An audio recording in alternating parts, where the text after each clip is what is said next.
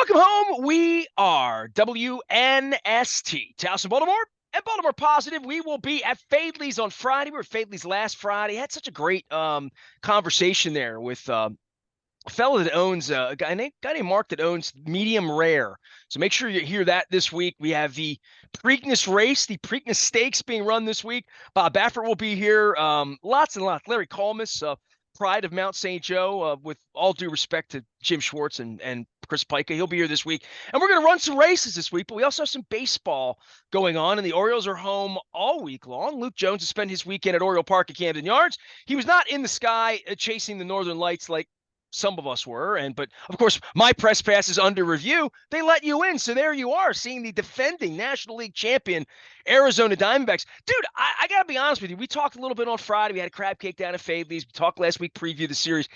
I kind of forgot like they were in the World Series until I saw, Carroll rolling around. I mean, all the guys I watched in October for a month who sort of went away because they're the Arizona Diamondbacks, and they haven't beaten us since 2007 or whatever in Baltimore. So this was a little bit of a flashback series, I would think, even for you, who doesn't sit around watching the Arizona Diamondbacks play every day, but did for a month last year. And formidable competition, I would say. Real good vibes for the team on Friday with Ruben Splash, Saturday walk-off of Westburg, and then Sunday kick the ball around a little bit. But all that being said, I mean, we're talking about a loss and not a great loss and not indicative of who they are, but they're playing just some unbelievable baseball the last 2 weeks. I mean, not just the last 2 weeks. I mean, this has been who they've been since the beginning of the season. I mean, they have a couple series loss, but they continue to play 667 ball. They continue to win 2 out of 3, right? I mean, the weekend was what we've seen. They win 2 out of 3, and okay, they lose a game on Sunday. And yeah, you're right. They kicked it around a little bit, and we could talk about Ramon Arias, who's playing sparingly, and when he plays, he makes a critical error that then leads to the game breaking open an inning or two later. But they lost. Every team loses games. I mean, they're going to lose games the rest of the year, but there's why are we all so shocked every time they lose? Well, that right there reflects, you saying that says it all.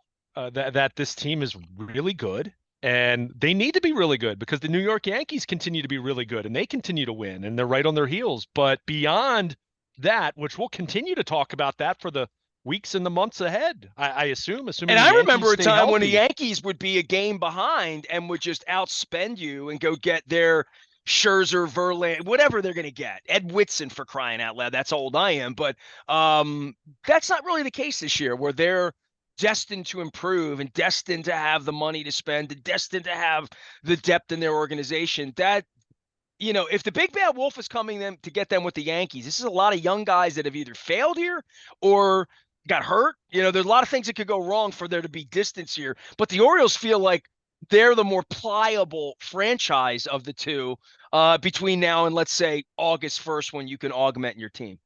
Yeah, I mean, there's that. There's the fact that the Orioles are much younger. And I mean, we saw this with the Yankees last year. Injured, guys that wore down. I mean, there's certainly more of a question for that for a veteran-laden club. That's why I said pliable. I sort of meant that by pliable. Sure. I think there's room to grow. There's meat on the bone for the Orioles, whereas, and I don't say this to be disparaging to the Yankees, but for the most part, and that's not to say they don't have anything in their farm system, but for the most part, this is kind of their team.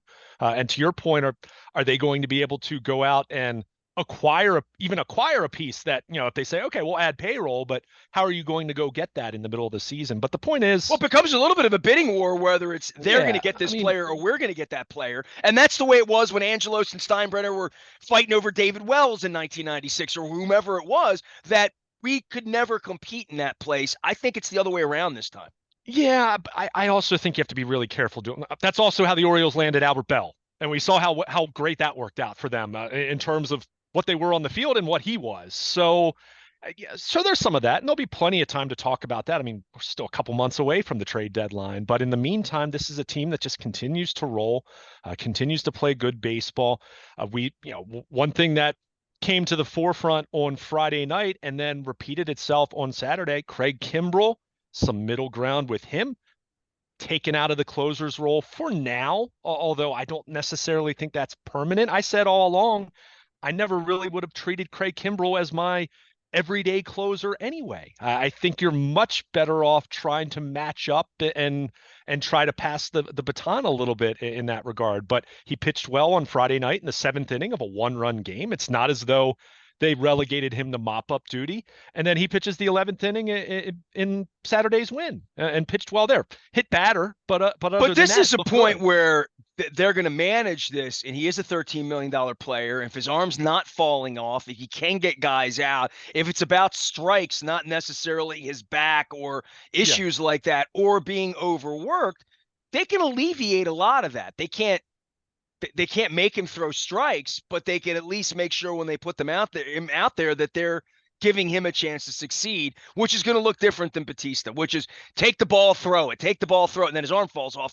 But in the case of Kimbrel, this can be well managed, and you don't want to bury him. You don't want to be an asshat fan and say he stinks, just throw him away, because that's not smart. And last week, seeing this on the internet does not shock me. I forget about baseball fans just in a general sense, but I also understand, to your point, this is well run now. Elias makes good decisions. They make analytical decisions. They make decisions based on data. And to your point, never was going to be the closer every night. Now they need to figure out what the role is. And to your point, over the last couple decent innings over the weekend, right? Like for Yeah, now. exactly. And to be clear, that doesn't mean he's never going to close. What I'm saying is you should, to me, someone who's going to be 36 years old here in the very near future was never the guy to say, well, he's going to be the workhorse and he's going to save 45 games. I mean, I think you even look at how the Phillies tried to approach him last year. I mean, you go back last April, he got off to a rocky start. He pitched in the seventh inning in a close game. I mean, it's not as though this is the first time that a team has backed off of a veteran guy This or isn't in Mariano Rivera, who's been doing this 15 no, years. You're like, no. go out in the seventh. Well, how dare you insult me? Well, I think some of this, and you already alluded to it, some of this is you're also paying him $13 million. That's the respect. That's the respect you offered him in the offseason. Now it's a case of, okay, what is going to be your optimal role in terms of you being effective, you staying healthy, us covering ourselves in the event that you're having an off night, that we're not just going to go down with the sinking ship. And this is why I kind of scoffed at some of the fan reaction to Brandon Hyde, what he said in DC on Wednesday night. The proof had been in the pudding already that he had pulled him from some of these ninth inning outings. So he's not going to throw him under the bus publicly, nor should he. But He he's not wasn't going going to to, let them lose games because of him. and that's the big key. He's I making think twice as much money as everybody in the bullpen combined. That's a tough job position, right? it, Put yourself in any of that job position where you go to work every day. That guy's making 13 million. You're making 300 grand. Everybody's here. He's blowing games. That creates problems, man. I mean, since the beginning of time in any workplace, that can create a problem.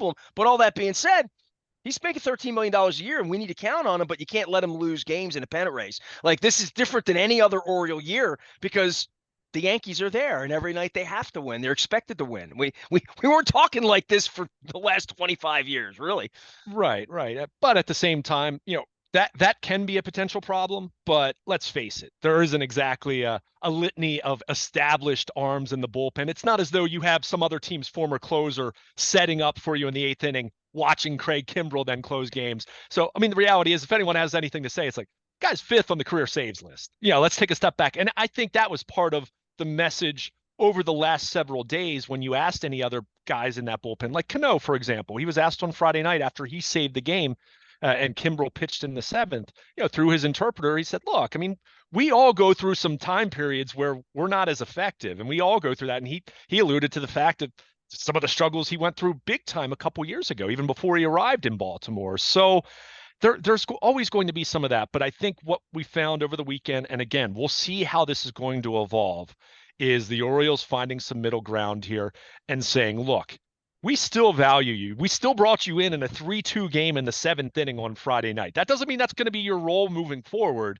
but there might be some times where we say, you know what? This team has whatever team it is, and I'm just, not specifically alluding to anyone, but if it's a team that's a little more lefty heavy, that might be a night where, maybe there's a specific pocket of of in the order that Craig Kimbrel might match up with, and that might be a night that Danny Coulomb might be someone that closes in the ninth inning if the pocket of lefty hitters in the opponent's lineup is due up in the ninth inning. That's why so many in the analytics community, beyond the scenario where you have Mariano Rivera, for example, and even they would say Mariano Rivera might be better off pitching the eighth on a certain night if the heart of the order's due up in the eighth inning in a one-run game. But putting that aside, point is, if you don't have that lockdown dominant closer that's a workhorse, that's durable, that is going to make 75 appearances, whatever the leading mark would be in the American League, then you should be matching up and mixing and matching and kind of using a little bit of a committee approach anyway. Now, that doesn't mean all 8 guys in your bullpen are going to close games, but I've said this over and over and over. In a modern day game of baseball where even the aces, even number one starters around the league, I mean, Corbin Burnes has gone 7 innings once so far this year. It's a different game than it was even 10 years ago, let alone 30 years ago. So with that being said, you have to have multiple guys that can pitch the 8th and the 9th inning over the course of 162. If not, you're going to run your best relievers into the ground. So, well, if you're going to win 101 games too, you know what I mean? Sure. That is really the difference here. Over 15 years of you and I discussing this closer role, not just the game has changed and all of that. It's just they're going to win a lot more games. They're going to have so many more nights where they're ahead by a run or two, because that's baseball. And we need a guy, not the same guy every night. And, a lot of that got borne out in the 70s with Bruce Sutter and, every single night them running Sparky Lyle out in this closer thing and the fireman, and then Rolaids sponsored it. And all of a sudden you have to have a closer. We're going to win 100 games this year. He's not closing 80 games. Yeah. So no matter who it is, even the Yankees, and I'm sure there were a lot of games they were up 9-2, and Mike Stanton pitched the 9th inning or whatever. Jeff Milt Nelson pitched the 9th inning. That's who the Orioles are now. They're going to win all of these games, and no one could be that guy every night. It blew Batista's arm out last year, right? Like, he shouldn't have pitched as much as he did. We consider that's revisionist history, but that's for a lot of these guys. But there is a point where 75 appearances and 160, that's every other night, over a year, over 7 months, with no problems, with full health, with nothing but perfect results, because Lord knows the first night you give up a home run to Shohei Ohtani the 9th inning, you stink. No matter who. Hey, he's got 12 saves in a row. He stunk last night. Let's have Coulomb close tomorrow night. That's baseball because they play so much.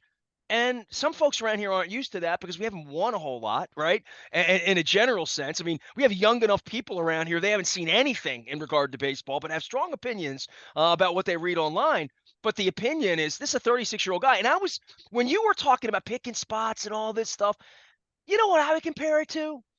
Third down defense, pass rush.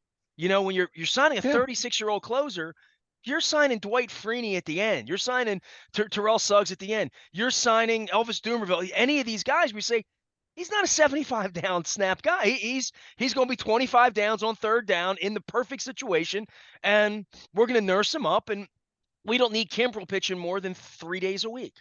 Once we get to that point, settle down. We're not going to, because we're playing the Steelers this week, we don't need him running around for 65 snaps this week. And I think of, when you say 35, 36-year-old closer, you say 5th on the all-time, it almost feels like sacks to me. I almost want to put that in and get a little football in here.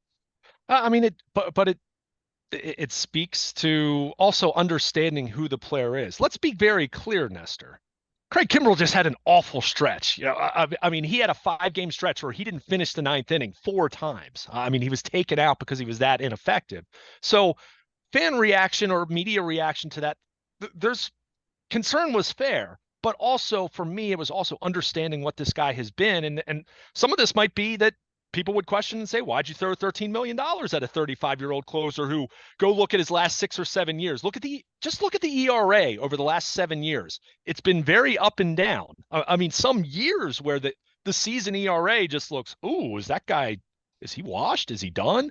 It's been up and down. But if they didn't have him the first month, who would have been the guy they were going to? Well, and again, that kind of lends itself to the overall point that we're talking about here. You don't really have anyone, and I don't say that to be a knock on Cano, or Danny Coulomb or Jacob Webb, who's given them some major contributions over the last few weeks.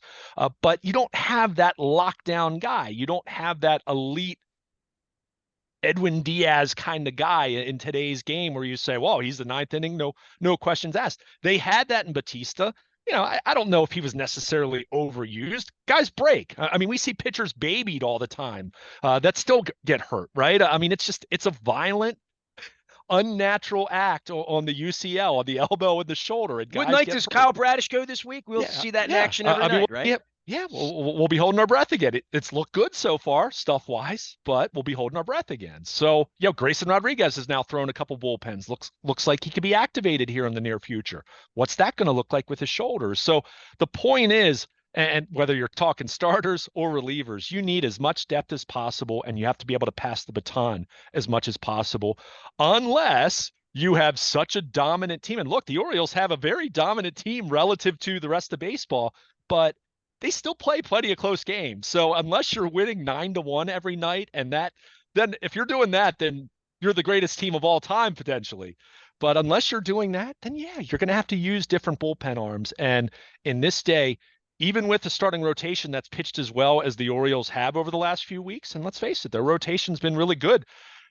Brandon Hyde said on Friday, he confirmed that you could see a 6-man rotation, at least for stretches of time where they don't have many off days, just to kind of manage these guys. And who are you going to pull? I mean, Cole Irvin's been one of their best starters over the last month. I mean, you're going to relegate him to the bullpen just because Grayson Rodriguez is coming back? Or do you maybe go to a 6-man for a few weeks at the very least, and you kind of see what it looks like? But point is, you need as many arms as possible, and you have to be able to trust as many arms as possible. And yeah, that's not to say that Mike Baumann, for example, is going to close games, or whoever the last man in your bullpen is going to be, but you better have 4 or 5 guys that you feel good about on any given night, given matchups, given fatigue, given just load management for all these different guys. Length of the game when you're playing 11, 12 inning games. Oh, yeah. I mean, when it's an extra inning game, then all bets are off. That's why Craig Kimbrel got the win on Saturday. He pitched the 11th because you got to the point where you say, okay, who else is it going to be at this point? So that's why it was, even in a losing effort on Sunday, Albert Suarez giving them the innings that he gave them was good on the heels of an extra inning game that put them in better position for the Toronto series. So it's all failed starter Suarez, right? Yeah, but yeah. I mean, and not even that much. Just the fact that, hey, they made a 7-man rotation. Right, exactly. Right? We were talking about a 3-man rotation last month. Now we might have 7 guys that have capably started and pitched pretty good baseball at some point in the last month. All of them have had a decent start. Yeah. Some of them have 3 or 4 decent starts. Luke Jones is here. He's Baltimore Luke. We're going to be promoting the Maryland Lottery and our Pac-Man scratch-offs on Friday at Fadley's. I guess for the rest of the pitching, while we're on pitching, and we'll get to hitting later, and defense, we'll do a whole segment on that later on. Everybody pissed off on Sunday. They kicked the ball around for a minute and a half. They've been almost flawless in that way, certainly for the last month. It's like, the bullpen's a mess. No, the closer's been a mess. The bullpen hasn't been a mess. And the other part of the piece with Kimbrel, 4 out of 5 taken out in the last 2 he's pitched. If 4 out of the 5, I don't know, did they lose all 4? I'm trying to think, because one went extra innings and they won. I mean, I'm trying to think of how many games it cost them. And to your point, he got hooked and they still had a chance to go back out and maybe win. I'm trying to think if any of those games it really got out of control. Maybe the first or second. I'm going through each. The Friday night Oakland game where he blew the save. He lost that one. I think they lost 2 of them. The point you're making, though, is spot Brandon on. Hyde can come out there and still save the game, they figured your feelings, take you out. We'll all have a shower and win tonight. And lesson learned, they haven't lost. He hasn't cost them a lot of games, is what I'm saying. And again, that's where I go back to when he is struggling. That's when you take a step back, and they did that on Friday night. He came in the 7th inning. It was a 3-2 game at the time. He pitched well. It looked good. I know there was a little bit of loud contact. That happens. I mean, if we're going to pick apart every single guy's outing, I can tell you plenty of guys that we all view as good that will give up some loud contact sometimes. So that's going to happen. But point is, he did his job. But you look at where that was in the game, it was still high leverage. Was it the highest leverage of the game? No, but it was higher leverage still. It's an out you got to get.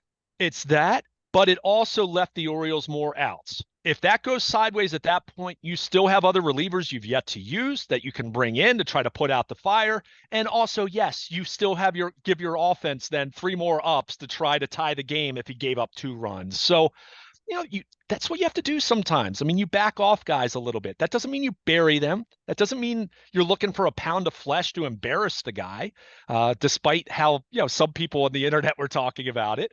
But you adjust, and then you see if he gets himself back on track. And what was funny about it, Kimbrel talked in the clubhouse on Friday afternoon, and I don't know if he was trying to allude to the last 6 or 7 years, which he's been so up and down, but he said, look, I've struggled before. I've struggled worse than this before, and I've gotten out of it.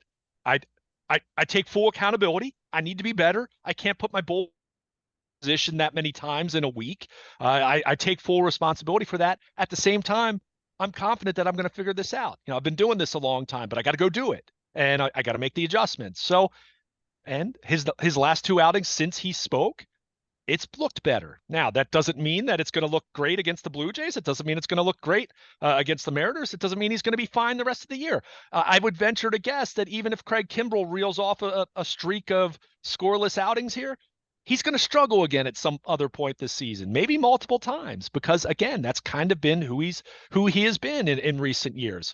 The guy that was the Hall of Fame, elite, unbelievable, unhittable closer in Atlanta all those years ago, he hasn't been that guy in a long time.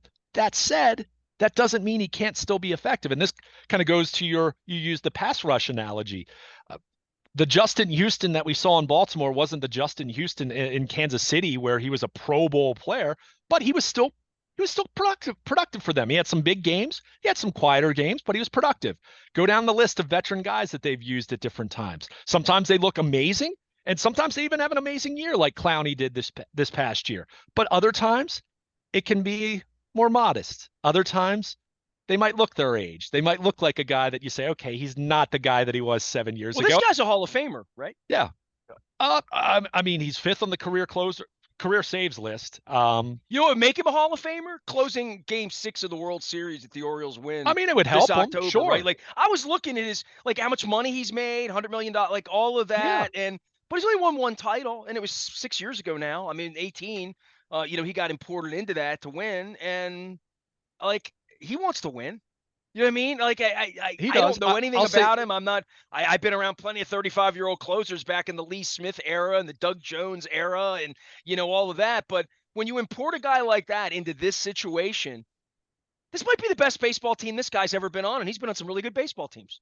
I mean, it's very well possible. I mean, you're talking about a team that continues to win 2/3 of its games. So getting guys out in the 7th inning for a 36-year-old guy making $13 million a year, still important. Or if it's the 8th inning, or maybe it becomes a case, and this, to the scenario you presented with the World Series, I am still going to bang the table between now and the trade deadline about them needing to add another really serious elite reliever to their bullpen. That I'm hoping that's the guy pitching the 9th, but that doesn't mean Kimbrel's not pitching the 8th in a 3-2 game or the 7th in a 3-2 game. So the point is, again, you need multiple guys who can do that kind of work for you. So I get it. He's making $13 million. You'd like him to be more consistent. I'd like him to be more consistent. I was concerned about what we saw over the last couple of weeks.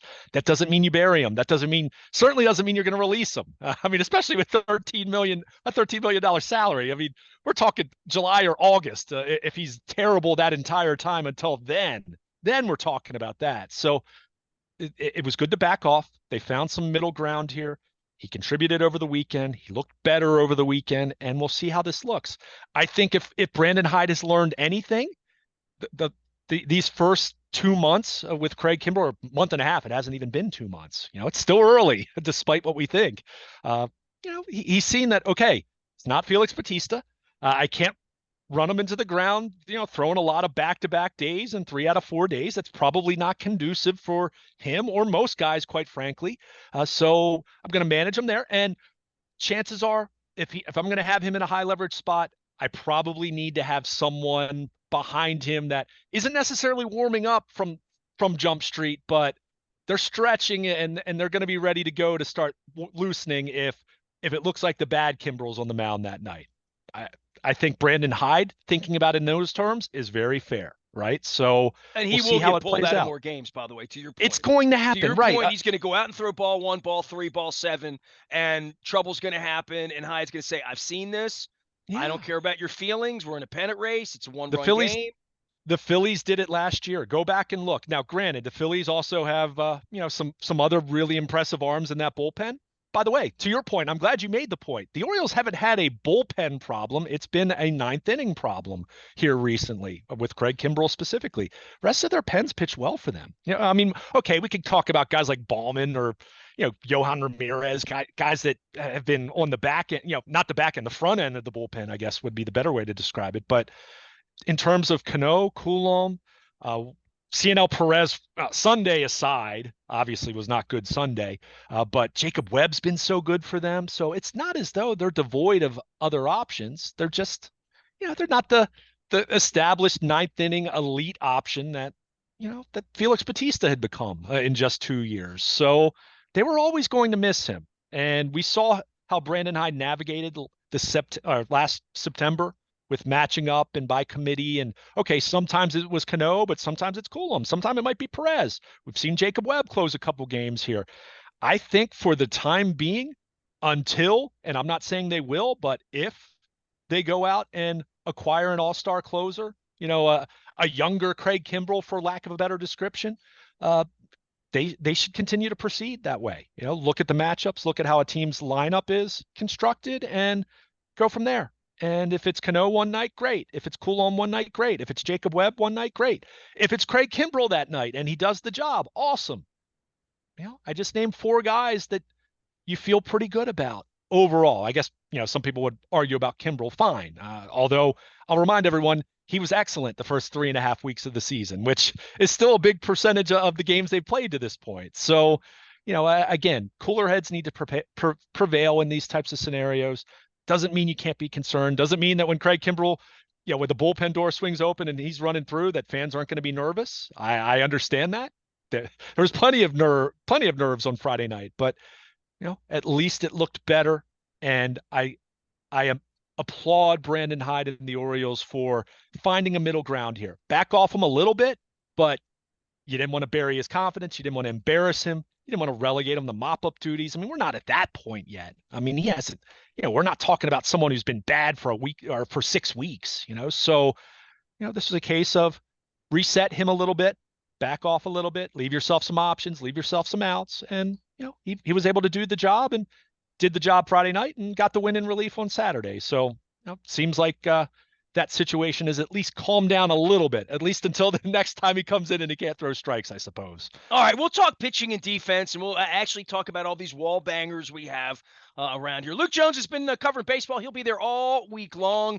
Not a lot of rest for the weary here after having a couple days off last week and getting to sleep in your own bed and run down to D.C. and play a couple of games there. But big week ahead, and all things being considered, this is as good as it gets on a Preakness week where you're home all week. The horses are coming in. We got a post-position draw. I don't know that we got decent weather on the Preakness forecast on Saturday. We're doing a lot of Preakness around here this week, but baseball and Preakness, first place. It's May. It's this, despite the outcome on Sunday, this is a real nice period and a big week ahead for them. No question, no question. And I mean, they've got an off day Thursday, so they do get a little bit of rest there. But look at the schedule ahead after this homestand concludes. They've got quite a stretch of not many off days. So again, that 6-man rotation chatter I think is interesting. I don't think it's a definite that they're going to do it, but Grayson Rodriguez threw a bullpen on Sunday.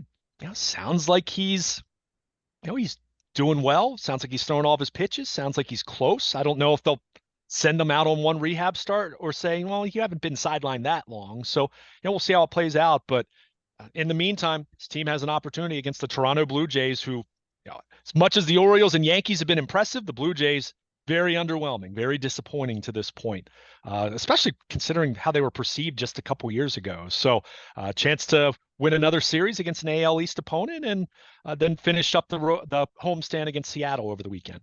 If you want to hear me poop on Toronto, you can do that from last week as well, as far as Yeah. like them being Canada's team and me thinking they were about to become a Yankees. I Yeah. really believed that 5 years ago. I thought, man, once they got the fever back and they started playing playoff games up there, I just thought, like, look out, because they have in my mind, unlimited resources because they're Canada's team. And when I'm there, I just, they're the franchise since I saw Joe Carter hit the home run out of there in 93. Over the last 30 years, they've been a really disappointing franchise in that way to me, giving resources where they used to be. Going back to 89 Sky Dome, all the players that they had when they got good in the 80s and early 90s, that franchise sort of lost its way to some degree over the course of time that I always looked at as I always thought they would be the ones that would keep Boston out of being elite in the division because I just thought they would have resources, and it never plays out that way. They almost feel like the small market team from Canada to some degree.